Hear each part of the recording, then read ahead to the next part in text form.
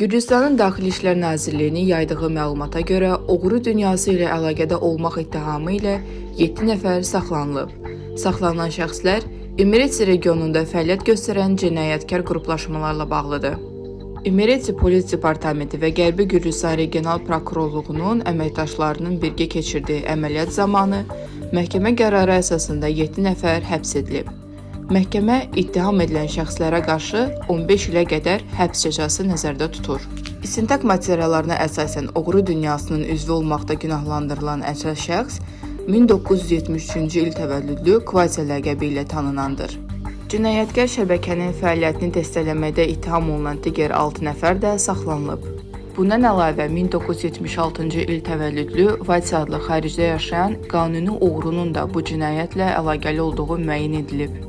İstintaq materiallarına görə qanuni oğru Vatya Mireti regionunda biznes sahəsinə müdaxilə edib.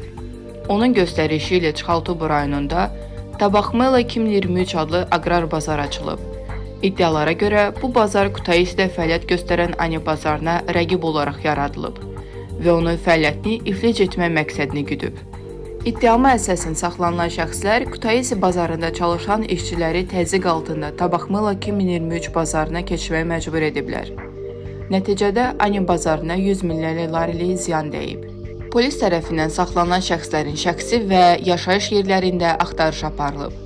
İstintaq üçün əhəmiyyətli olan kompüter avadanlıqları və mobil telefonlar maddi sübut kimi götürülüb. Məlum olub ki, şübhəlilər bu texnologiyalardan istifadə edərək cinayətkar şəbəkənin digər üzvləri, o cümlədən xaricdəki qanuni oğrularla əlaqə saxlayırdılar. İstintaq Gürcüstan Cinayət Məcəlləsinin 223-cü prim maddəsinin 1-ci və 2-ci bəndləri, eləcə də 223-cü tərtiyyə maddəsinin 2-ci bəndi ilə davam etdirilir. Bu cinayətlərə görə 15 ilə qədər həbs cəzası nəzərdə tutulur.